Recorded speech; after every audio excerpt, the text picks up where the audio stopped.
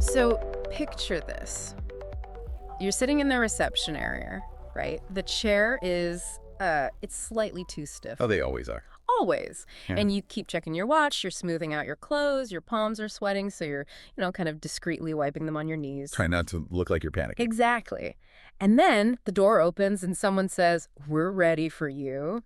You stand up, and in that, I don't know, maybe 3-second walk to the interview room, every single English vocabulary word you've spent the last 6 months memorizing just completely vanishes. Gone. Just a total blank slate. You are stepping into a job interview in a second language, and that neat, clean illusion of language learning, the whole subject plus verb plus object equals perfect communication thing, it just shatters right there. It really does. I mean, the transition from the textbook to the real world is just brutal. Yeah. Because in a controlled environment, Mhm. language it feels like a math equation, right? You learn the rules, you point to an apple, you say apple, Yeah. and the transaction is complete. Right, you get the gold star. Right. Exactly. But in a high-stakes environment, you are no longer just translating vocabulary. You're translating your competence, Wow. Yeah. your personality, your professional value, and you're doing it all through a filter that still feels foreign to you. The water just becomes incredibly muddy, incredibly fast. It does. And if you were listening to this right now, we are talking directly to you. Like maybe you're actively brushing up on your A2 or B1 English skills. Or maybe you're literally sitting in your car outside an office building right now. Terrified about an impending meeting. Or maybe you just know that eventually tackling a professional conversation in a second language is a mountain you have to climb. It's coming for all of us at some point. Right. So our mission for today's deep dive is to unpack a really highly curated stack of personal growth principles plus some daily life scenarios to construct basically the ultimate guide for this exact high-stress situation. We are breaking down the English job interview. And specifically focusing on the most terrifying part. Oh, yeah, the open-ended self-introduction. The absolute worst. It really is. And the sources we're synthesizing today, they're fascinating because they do not come from, like, a corporate business English manual. No, not at all. They're foundational life lessons designed specifically for intermediate language learners. Right. We're pulling insights from modules on habits, time management, personal finance. Which sounds crazy for an interview prep deep dive. It does. But we're looking at interpersonal trust, too. We're Yeah. taking all these seemingly disconnected areas of daily life and building a holistic psychological strategy for that interview room. And I think the absolute center of gravity for everything we're about to discuss, it comes from this source lesson on confidence and fear. It's just a single sentence, but it redefines the entire process. Oh, I know the one. Courage is not the absence of fear. Yes. That framing is so critical. Let's really look at why.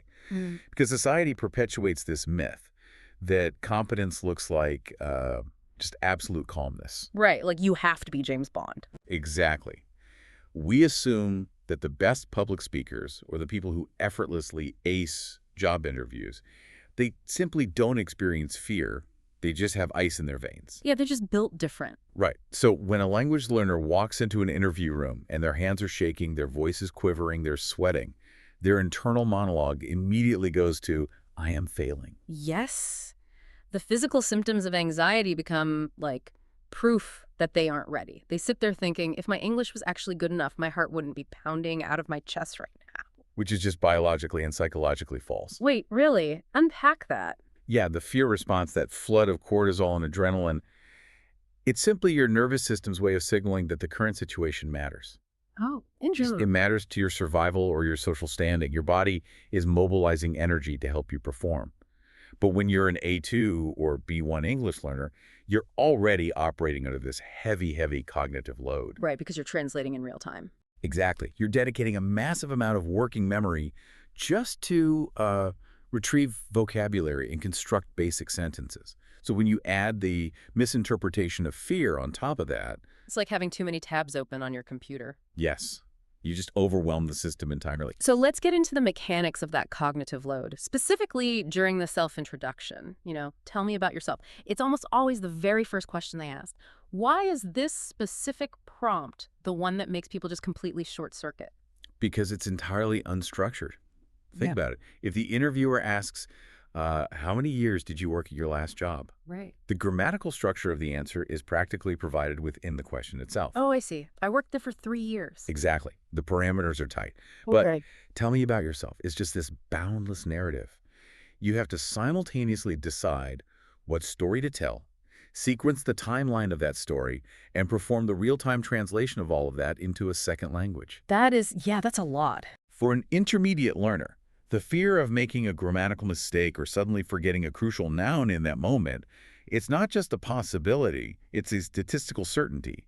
You will stumble. So, okay, if stumbling is guaranteed, waiting for the fear of stumbling to disappear is just a fool's errand. You'll literally be waiting forever. This is exactly where we apply the core lesson, the physical act of opening your mouth and introducing yourself to a stranger, despite the trembling voice. Despite knowing you might mess up the tenses. Right. Using the present continuous instead of the present perfect, doing it anyway, is the literal dictionary definition of courage.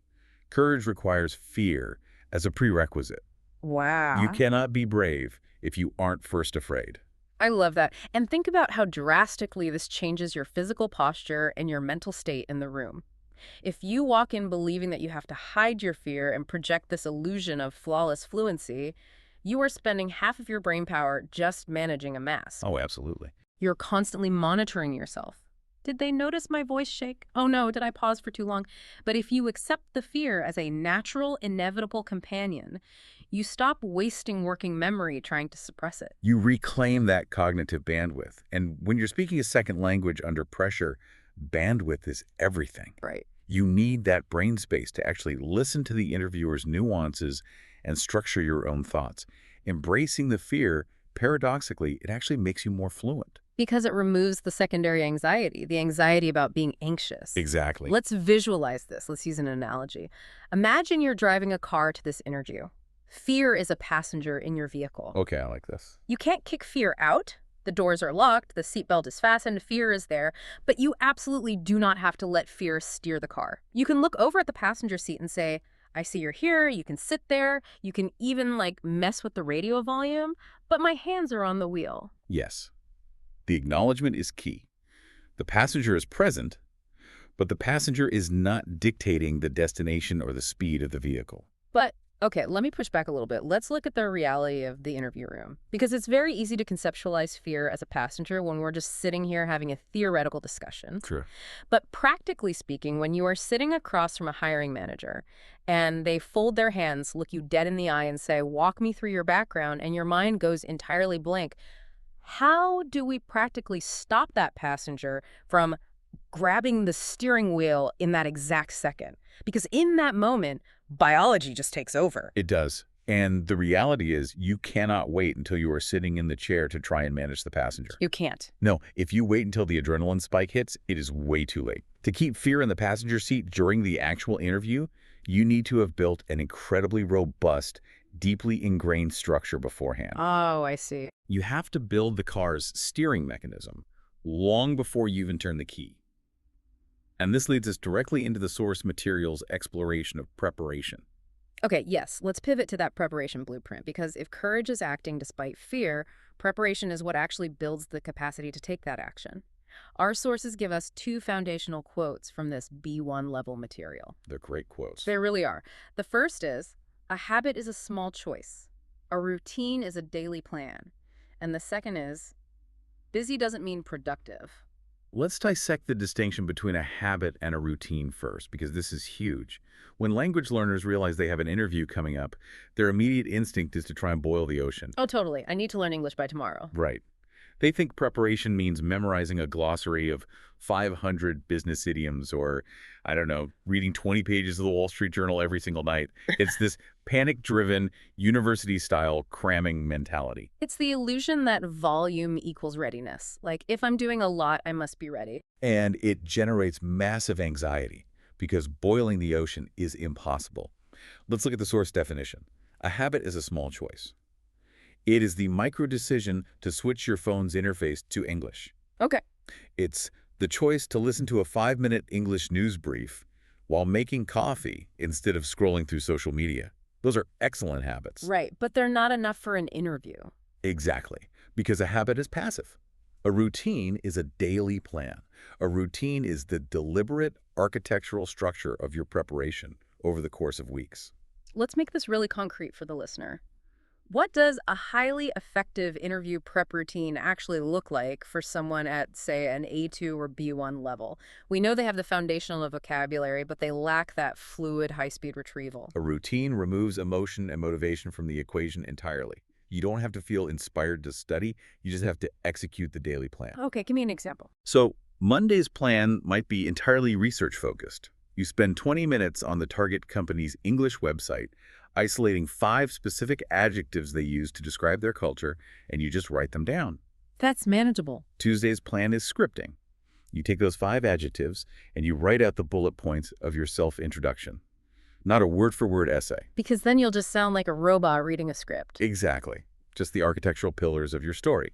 And then Wednesday is verbalization. You stand in front of a mirror and you speak those bullet points out loud for 10 minutes. Let me contrast 2 different learners here, just to show why this matters so much. Let's look at learner A.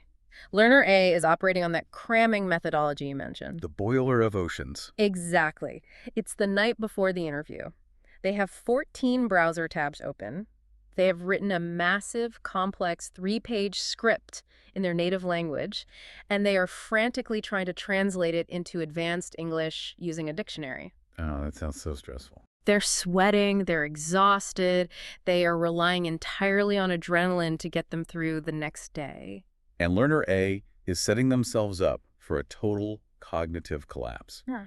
When the fear spikes in the interview, that fragile translation bridge they built the night before is just going to snap. Right.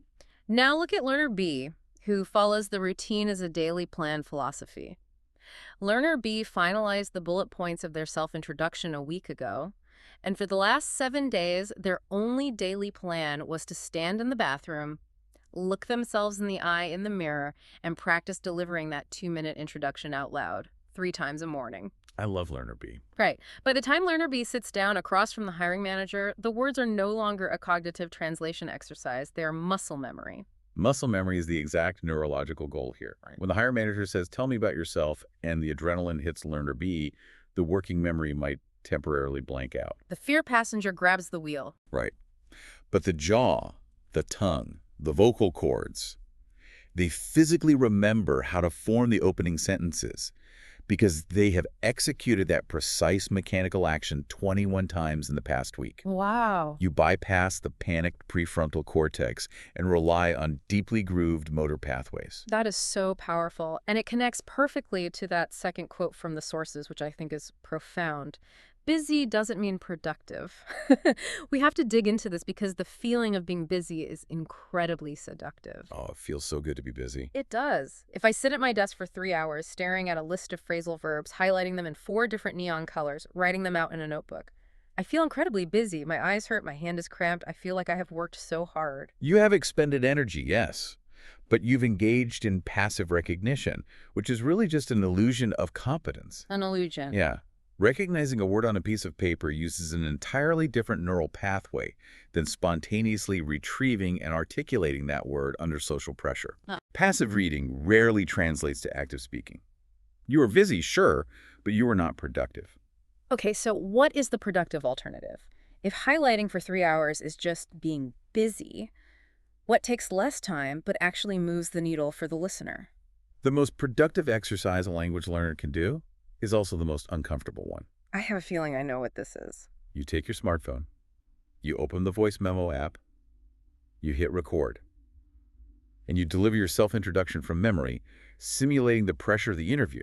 Oof. And then, and this is the crucial part, you can't skip this, you listen back to the recording and you audit your own mistakes. Oh, man. That entire process takes maybe 12 minutes, but those 12 minutes are intensely productive. But wait, the psychological friction of doing that is immense. I mean, most people hate the sound of their own recorded voice in their native language, just because of the way bone conduction makes our voice sound deeper in our own heads. Yeah. When you add the layer of hearing your own broken grammar, your own heavy accent, your own long, awkward pauses in a second language, it's double cringe. It is genuinely painful to listen to. It's deeply uncomfortable, but that psychological friction is precisely why it works.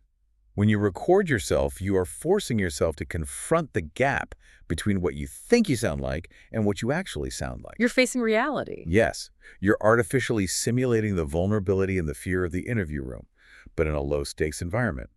Many learners avoid this entirely because it damages their ego. Right, they'd rather feel busy highlighting a textbook. They'd rather feel productive than face the reality of their own verbal mistakes. So avoiding the voice memo app is essentially a refusal to practice courage. If courage is acting despite hitting the play button on your own clumsy English recording is a micro-act of courage. Exactly. You are systematically desensitizing yourself to the sound of your own imperfections.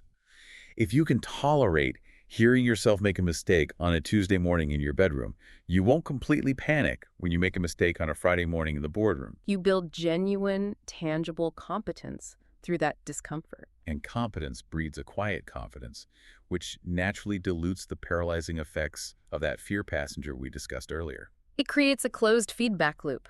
Productive routines build linguistic competence. Competence lowers the baseline level of panic. Lower panic frees up working memory, which then allows you to access the courage to speak fluidly when it actually counts. That's the formula. Okay, so we have the internal foundation built. The car has a steering wheel. The map is drawn. Now we have to look at what happens when you actually drive the car into traffic. Yes, we are shifting from internal self-management to external interpersonal dynamics. This is where the language ceases to be just a solo exercise and becomes a collaborative social negotiation. Let's dive into Section 3. Navigating human connection. The source material provides several daily life English scenarios that seem kind of mundane at first glance, but are actually deeply strategic. They really are. We have lessons on apologizing and forgiveness, giving compliments naturally, and a core A2B1 lesson on friendship and trust built around this quote, "A true friend is your safe place." The fundamental truth that gets entirely lost in the stress of interview preparation is that job interviews are not oral exams. Oh, say that again? They are not oral exams. The interviewer is not a human Scantron machine waiting to deduct points every time you drop an article or misuse a preposition. They are a human being trying to determine if they want to spend 40 hours a week communicating and collaborating with you. They're evaluating your friction, like how difficult is it to exchange ideas with this person? Precisely.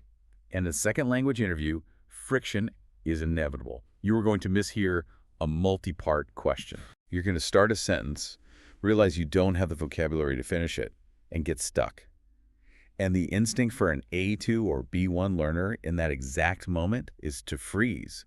The eyes go wide, the silence stretches out, and the internal monologue screams, "I have ruined the interview." The fear passenger just completely grabs the wheel. But this is where the vocabulary of apologizing and forgiveness becomes an incredibly powerful professional tool.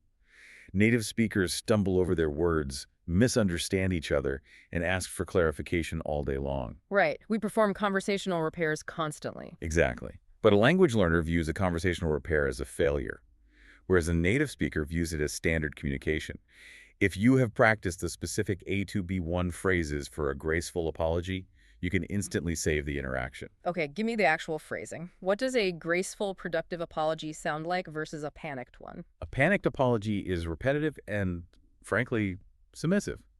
"I'm so sorry, my English is bad, I don't understand, sorry." Yeah, that makes everyone uncomfortable. It makes the interviewer uncomfortable, and it only highlights the deficit. A graceful apology, on the other hand, is proactive and solution-oriented. Okay, like what? Like this. "I apologize, I want to make sure I answer you correctly. Could you rephrase the second part of that question?" Oh, well, that's good. Or, if you start a sentence and get lost, you simply stop, smile, and say, "Excuse me, let me start that thought over." Yeah. What I mean to say is, That is a massive paradigm shift. You're taking a moment of linguistic failure and you're weaponizing it to demonstrate your crisis management skills. yes, You are showing the hiring manager in real time exactly how you behave when you are confused or frustrated. You don't shut down. You communicate clearly to bridge the gap. you demonstrate resilience. And on the other side of demonstrating resilience is the proactive building of rapport.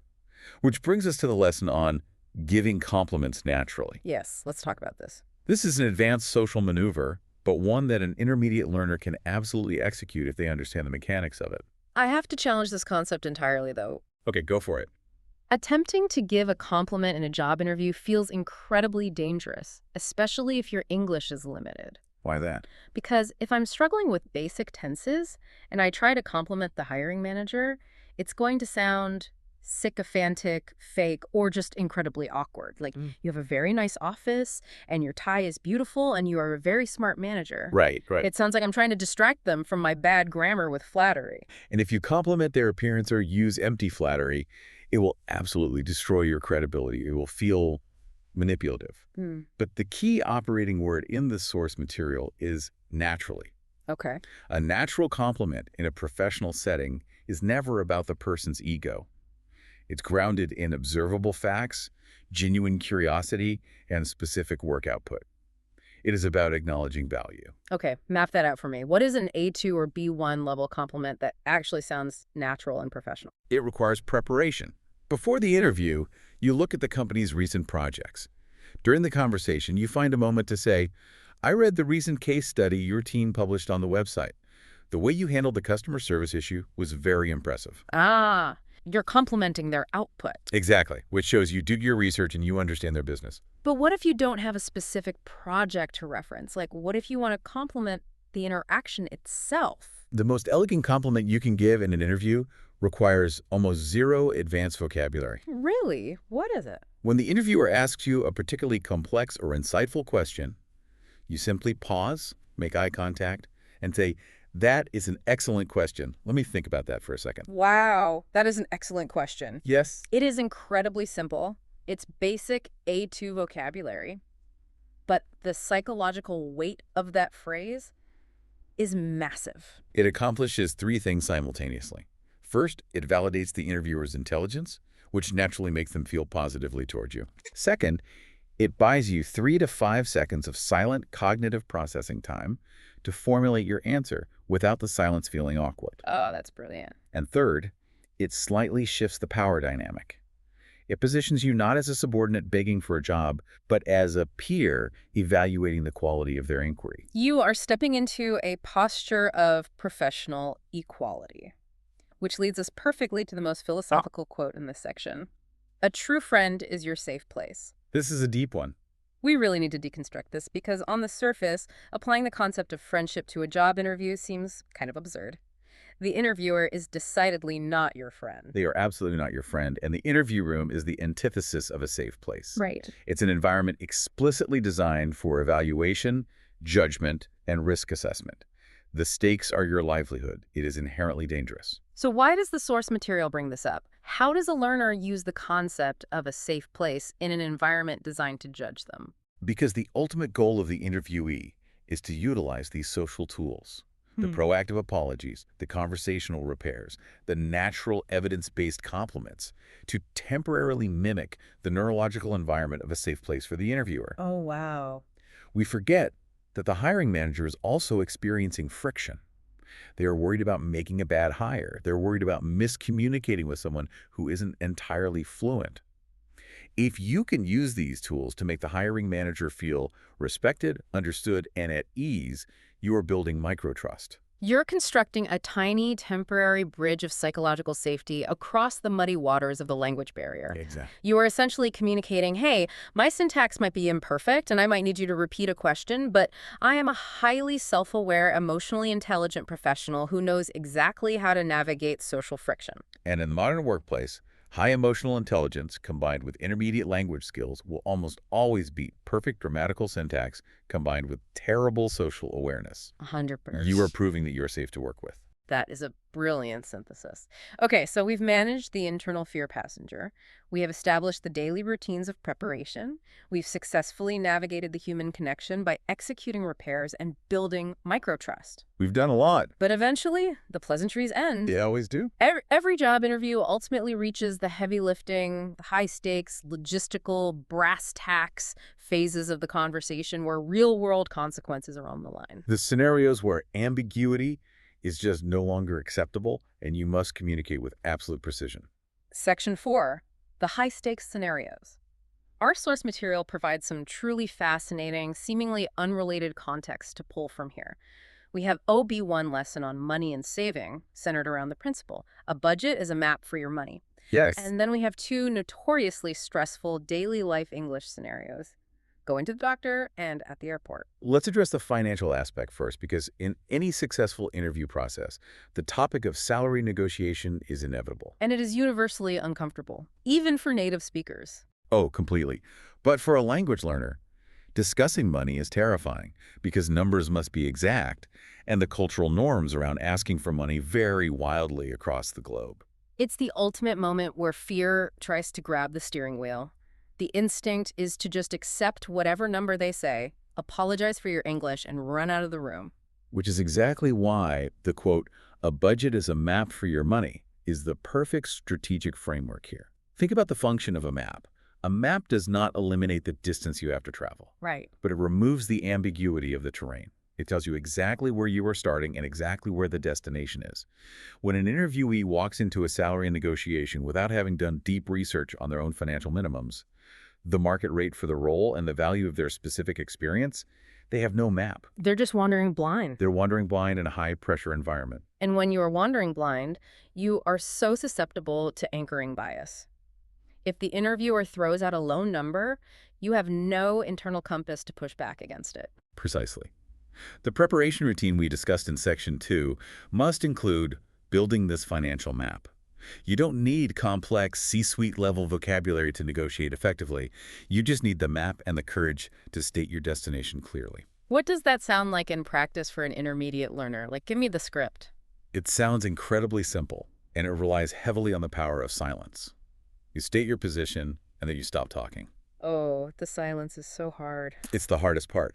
But the sentence is just, based on the responsibilities of this role and my previous experience, my salary expectation is X. Wow. That is a foundational B1 sentence. It's clear, it's respectful, and it's firm. The hardest part is not the vocabulary. The hardest part is delivering that sentence and then sitting in the uncomfortable silence that follows. Without immediately backpedaling and saying, but I am flexible, whatever you think is best. Exactly. The map gives you the conviction to hold the line. Now, I want to examine these other two scenarios, going to the doctor and at the airport. Because on the surface, practicing the vocabulary for a doctor's waiting room or an airport customs line seems completely disconnected from a corporate interview. It does seem strange at first. But I think I understand the psychological cross-training the sources are suggesting here. The parallels are striking when you look at the underlying communication dynamics. Let's break down the doctor scenario first.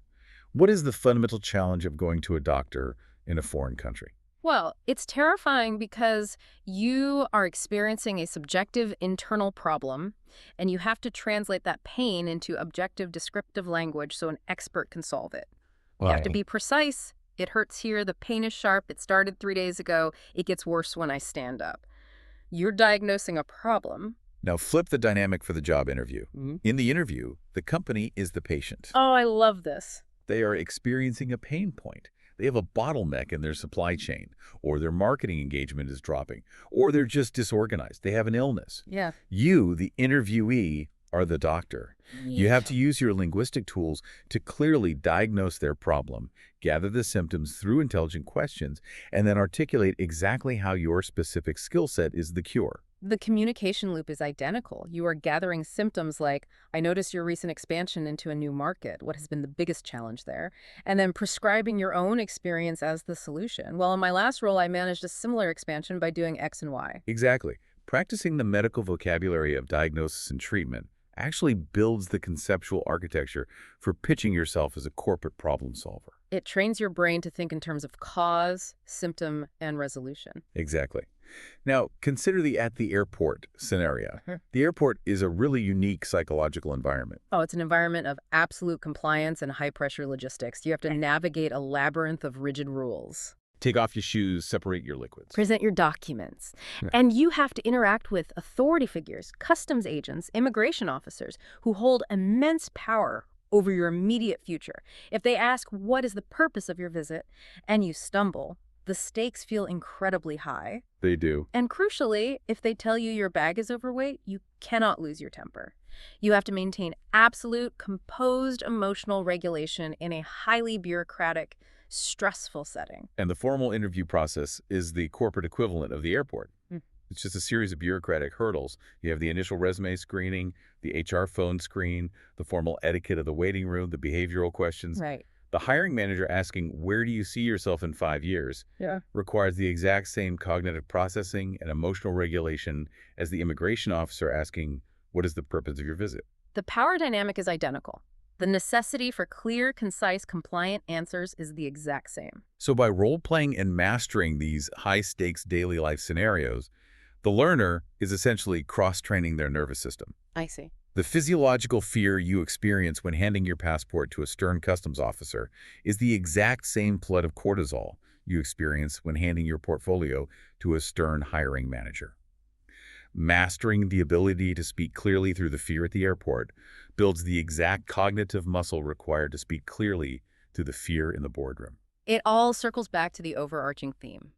The environment changes, a doctor's office, an airport security line, a salary negotiation, but the internal requirement remains identical. Yes. You must process complex information, retrieve a second language, and articulate a response while your body is literally telling you to panic. Which brings us right back to the definition of courage. It is not about eliminating the panic, it's about functioning alongside it. This has been such a profound journey through these sources. I mean, we've taken seemingly discrete intermediate English lessons and reverse engineered a masterclass on professional psychology. It's been fun to connect the dots. Let's pull all of these diverse threads. The fear passenger, the morning routines, the conversational repairs, the financial maps, and the corporate airports back together into a unified strategy for the listener. Because the synthesis is where the true value lies. It's about seeing the entire landscape of preparation and execution. To summarize this deep dive, surviving and dominating an English job interview does not require you to become flawlessly fluent overnight. It requires a productive daily routine where you face the uncomfortable friction of recording your own mistakes, rather than just being passively busy. Right. When you walk into the room, you must remember that you are navigating a human connection. Using graceful, proactive apologies for misunderstandings and offering natural, specific compliments builds microtrust, proving your emotional intelligence outweighs any grammatical errors. Exactly. Finally, when you hit those high-stakes logistical hurdles, you must have a clear map for your salary expectations, and you must deploy the same emotional regulation and diagnostic clarity that you would use in a chaotic foreign airport or a doctor's office. And the single thread running through every one of those actions, from staring at yourself in the bathroom mirror on a Tuesday to pausing to ask the hiring manager for clarification on a Thursday, is fear. Yeah. The fear of being inadequate, the fear of being misunderstood, the fear of rejection. That fear will always be in the passenger seat. But doing the work, building the routines, and stepping into that interview room anyway proves the foundational truth we started with. Courage is not the absence of fear. Courage is the daily routine. Courage is the proactive apology. Courage is asking for what you are worth despite the tremor in your voice. Absolutely. Before we sign off, I want to leave you with one final provocative thought to consider, building on this idea of human connection and microtrust. We spend so much energy agonizing over our own fear in these situations. We view ourselves as the vulnerable party. We really do. But consider the person sitting across the desk from you. The interviewer has deadlines to meet. They have operational bottlenecks. They are carrying the heavy pressure of making the right hiring decision, knowing a bad hire will cost their company time and money. They are anxious too. They have a problem they desperately need to solve. What if your courage to sit down, look them in the eye, and speak imperfect A2 level English with absolute conviction and self-awareness is exactly the safe place they need to feel confident in hiring you? That's a beautiful reframing. What if your resilience in the face of your own fear is the exact trait they're looking for? Your courage to be imperfect might be the exact solution to their problem. Think about that the next time you feel the fear passenger trying to grab the wheel. Thank you for joining us on this deep dive. Keep building those routines, keep embracing the friction, and keep finding your courage. We will see you next time.